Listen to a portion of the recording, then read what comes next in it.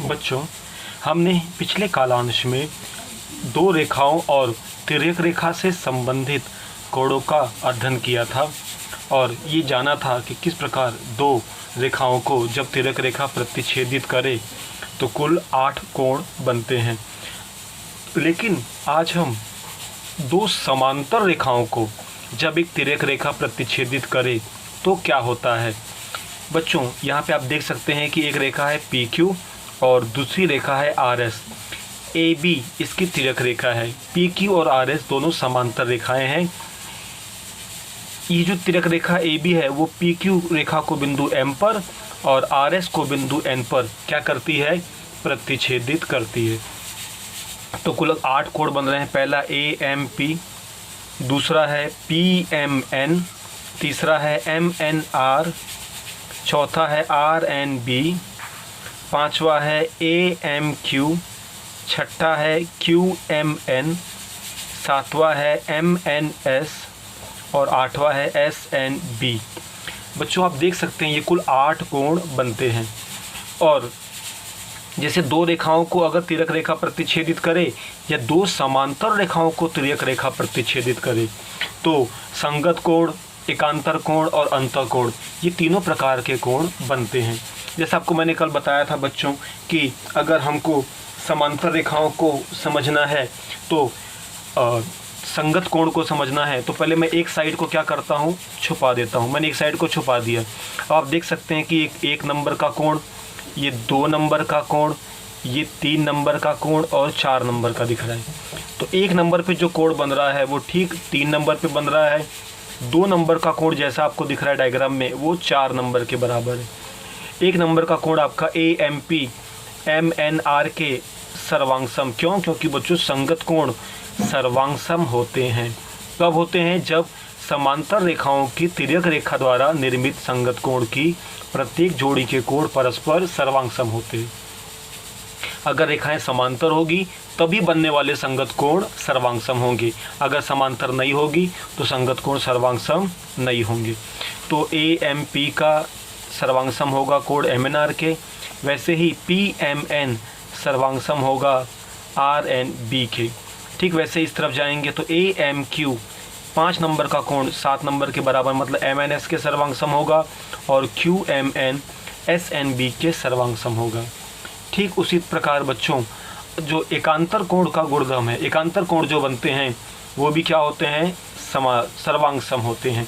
एकांतर कोण हमने आपको बताया था, अंत एकांतर कोण है वो Z के जैसा होता है और बाह्य एकांतर कोण जो है वो ऊपर वाला इस प्रकार से डायरेक्शन में बनता है। जैसे PMN ये 2 नंबर का कोण ये 7 नंबर के कोण के बराबर होगा। आप देख सकते हैं Z बन रहा है तो कोण PMN MNS के सर्वांगसम होगा, कोण QMN MNR के सर्वांगसम होगा। ठीक वैसे ही कोण AMP BNS के सर्वांगसम होगा और AMQ ये RNB के सर्वांगसम होगा। इसे हम बाह्य एकांतर कोण कहते हैं।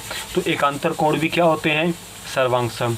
अंतःकोण बच्चों हमने बताया था आपको, अंतःकोण मतलब ब्रैकेट, ये ब्रैकेट जैसा बनता है और ये समांतर रेखाओं के बीच में ही सीधा, ये जो ऊपर के दोनों कोण छोड़ दीजिए तो PMN और MNR अगर आप इस तरफ घूमेंगे तो एकांतर बन जाएगा, इस तरफ घूमेंगे तो अंतःकोण बन जाएगा, मतलब एक ही तरफ। तो अंतःकोण के जो कोण है, अंतःकोणों की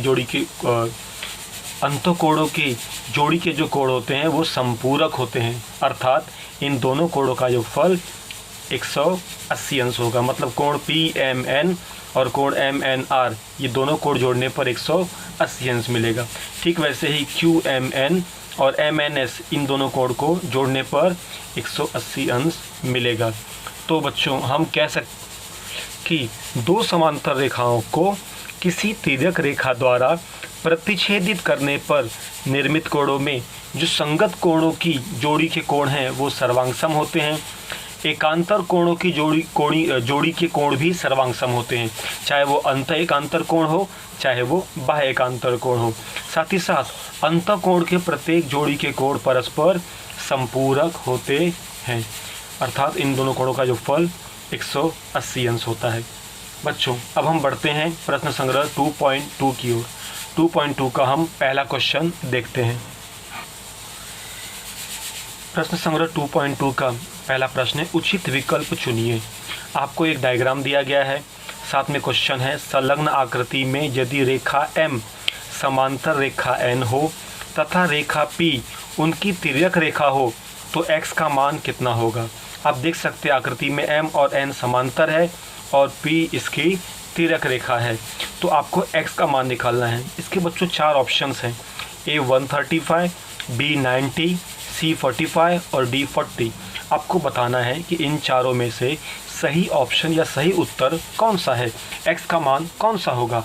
क्या x का मान 135 होगा, क्या x का मान 90 होगा, क्या x का मान 45 होगा, क्या x का मान 40 होगा। बच्चों ऐसे सवालों को हम बिना हल किए नहीं बता सकते हैं। सबसे पहले हमें जो 2 कोण दिए गए हैं आकृति में, हम उनका निरीक्षण करते हैं। आप देख सकते हैं कि यहाँ जो कोण दिया गया है 3x और x, अगर आप ध्यान से देखें तो ये समांतर रेखाओं के बीच हैं और लाइन के एक ही तरफ है, तो ऐसे कोणों को हम क्या कहते हैं। हाँ बच्चों, आपने बिल्कुल ठीक पहचाना, ये है अंतःकोण। और अंतःकोण के हमने जस्ट अभी गुणधर्म पढ़ा कि अंतःकोण के प्रत्येक जोड़ी के कोण जो है वो परस्पर क्या होते हैं, संपूरक। मतलब इन 2 कोणों का योगफल कितना होगा, 180 अंश होगा। चूँकि ये बहुविकल्पी प्रश्न है इसलिए हम डायरेक्टली इसको हल करते हैं। तो ये अंतःकोण है इसलिए इन दोनों का योगफल कितना होगा, 180 अंश। तो 3x + x बराबर कितना आएगा, 180 अंश। यहाँ पे हम रीज़न लिखेंगे, कारण लिखेंगे। कारण क्या आएगा, अंतः कोण गुणधर्म से। अब बच्चों ये बहुत ही सिंपल सवाल है, 3x और x का मतलब 1x, तो 3 और 1 कितना हो जाएगा, 4x बराबर 180 अंश। अब हमें x निकालना है, तो ये 180 ये गुणे 4 यहाँ जाके क्या हो जाएगा, भाग बटे में चले जाएगा। अब 4 के पहाड़े में इसका भाग देंगे, 4 एकम 4, 4 चौक 16, 18 में से 16 गए 2 मतलब 20, 4 पंजे 20। अगर आपको भाग नहीं आता है तो आप पीछे भाग करके देख सकते हैं। 180 में 4 से x बराबर हमको मिलेगा 45 अंश। अब बच्चों जो हमारे पास ऑप्शन है, हमको देखना है कि उस ऑप्शन में 45 कौन सा ऑप्शन है। आप देख सकते हैं C 45, तो इसलिए लास्ट में इसका फाइनल उत्तर लिखना ज़रूरी होगा। इसलिए हमारा फाइनल आंसर है क्या है, C 45 अंश। तो इस प्रकार बच्चों अगर आप इसको हल नहीं करते तो बिना हल किए आप बता सकते थे क्या ये 45 आएगा, नहीं। तो कुछ सवाल ऐसे होते हैं जिनको हम बिना हल किए नहीं पहचान सकते हैं। बच्चों मैं आपको इसका PDF सेंड करूंगा, आप वहां से इसको देखकर आसानी से नोटबुक में लिख लेंगे। फ़िलहाल आपको खाली इस सवाल को देखना, सुनना और अच्छी तरह से समझना है। उम्मीद करते हैं आपको ये कंसेप्ट और ये सवाल दोनों समझ में आया होगा।